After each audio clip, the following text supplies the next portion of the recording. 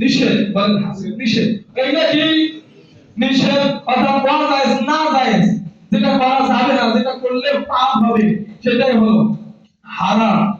তো সেই বিষয়টাই বলছিলাম যে ওগুলোকে নিজের ভিতর অর্থাৎ করে ওইটা হলো এইটাই হলো হালাল। অর্থাৎ এখন বর্তমান সময়ে হারামটা হালাল হয়েছে, হালালটা হারাম উল্টা হয়ে গেছে। আচ্ছা বলেন তো উল্টা হয়েছে কিনা? উল্টা হয়েছে কিনা?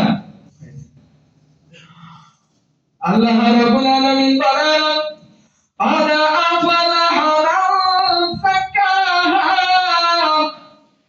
অবশ্যই অবশ্যই সফল কাম, অবশ্যই অবশ্যই জান্নাতি ব্যক্তি, অবশ্যই অবশ্যই সফল হয়েছে ওই ব্যক্তি যে তার নফসটাকে পবিত্র করেছে, যে তার আত্মাটাকে পবিত্র করেছে।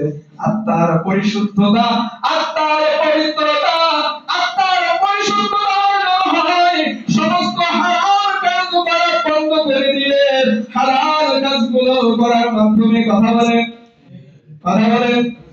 সমস্ত হারাম কার্যকলাপ, গান বাজনা বাদ্যযন্ত্র নারী নর্তকী মদ জুয়া প্রতিভা জর্দা দিয়ে পান খাওয়া, রাগ করা, হিংসা করা, প্রতারণা করা, গীবত করা, চুরি করা, ছিনতাই করা, এগুলো হলো হারাম।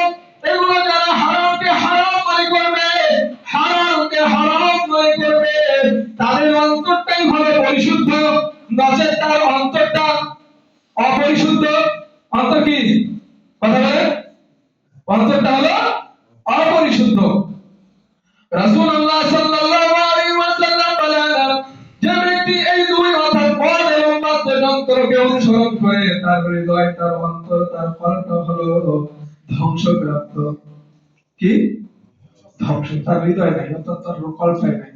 ওয়াল্লাযীনা হুম আলাল লাউমি মুরিদুন, মুমিনের একটা অন্যতম গুণ হলো, মুমিনের একটা অন্যতম গুণ বৈশিষ্ট্য হলো যে তারা অনর্থক অসার ক্রিয়াকলাপ, বাজে কাজ করব, অর্থাৎ আল্লাহ রাব্বুল আলামিন যেগুলো হারাম করেছেন, যেগুলো নিষেধ করেছেন, সেই অসার কার্যকলাপ, অসার কর্মগুলো তারা করবে না। এটা হলো মুমিনের একটা অন্যতম গুণ। আল্লাহু আকবার। আল্লাহ রাব্বুল আলামিন বলেন, আবার ফিরে আসি, ইয়া আইয়ুহাল্লাযীনা আমানু তাকুল্লাহ হাক্কা তুকাতিহি ওয়া লা তামুতুন্না ইল্লা ওয়া আনতুম মুসলিমুন। হে বান্দারা, তোমরা ভয় করো কেবলমাত্র শুধুমাত্র আল্লাহ রাব্বুল আলামিনকে। যেমনটি ভয় করা দরকার তেমনি ভাবে ভয় করো, যথাযথ ভয় হতে হবে। ওয়ালা তামুতুন্না, আর মৃত্যুবরণ করো না, আর মৃত্যুবরণ করো না, আর মরে যেও না যতক্ষণ না পর্যন্ত তোমরা মুসলমান হবে। কথা বলেন, আমরা কি এখন মুসলমান দাবি করতে পারবো? মুসলমান সাজা যত সহজ, মুসলমান সাজা যত সহজ, দাড়ি টুপি লাগানো যত সহজ, পাঞ্জাবি আর জুব্বা পায়জামা পরে মুসলমান সাজা যত সহজ, মুসলমান হওয়া তত কঠিন। স্বাধীনতা অর্জনের থেকে স্বাধীনতা রক্ষা করা, আমরা স্বাধীনতা অর্জন করেছি, রক্ষা করতে যথাযথভাবে পাচ্ছি পাচ্ছি স্বাধীনতা অর্জনের থেকে স্বাধীনতা রক্ষা করা কঠিন। মুসলমান সাদা যত সহজ, দাড়ি টুপি লাগাইয়া লম্বা একটা জুব্বা পরে আমি মুসলমান দাবি করতে পারি, কিন্তু আমার ভিতরে যদি ইসলামের কোনো আইন বিধান, ইসলামের যদি কোনো কার্যকলাপ না থাকে, তাহলে আমি মুসলমান মুসলমান তাহলে এবার আসুন, মুসলমান হতে হলে কি কাজ করতে হবে? মুসলমান হতে কাজ করা লাগবে। মুসলমান হতে হলে ইসলামের ইসলামের ইসলামের বিধিবিধানগুলো নিজের ব্যক্তিগত জীবনে, পারিবারিক জীবনে, সামাজিক জীবনে, রাজনৈতিক জীবনে, সাংস্কৃতিক জীবনে, সমস্ত জীবনে, রান্নাঘর থেকে নিয়ে শুরু করে রাষ্ট্র রাষ্ট্র পর্যন্ত সমস্ত জীবনে পালন করতে হবে। আপনি শুধু আপনার ব্যক্তিগত জীবনে ইসলাম পালন করলেন, সেই ইসলাম ইসলাম না, সেই ইসলাম।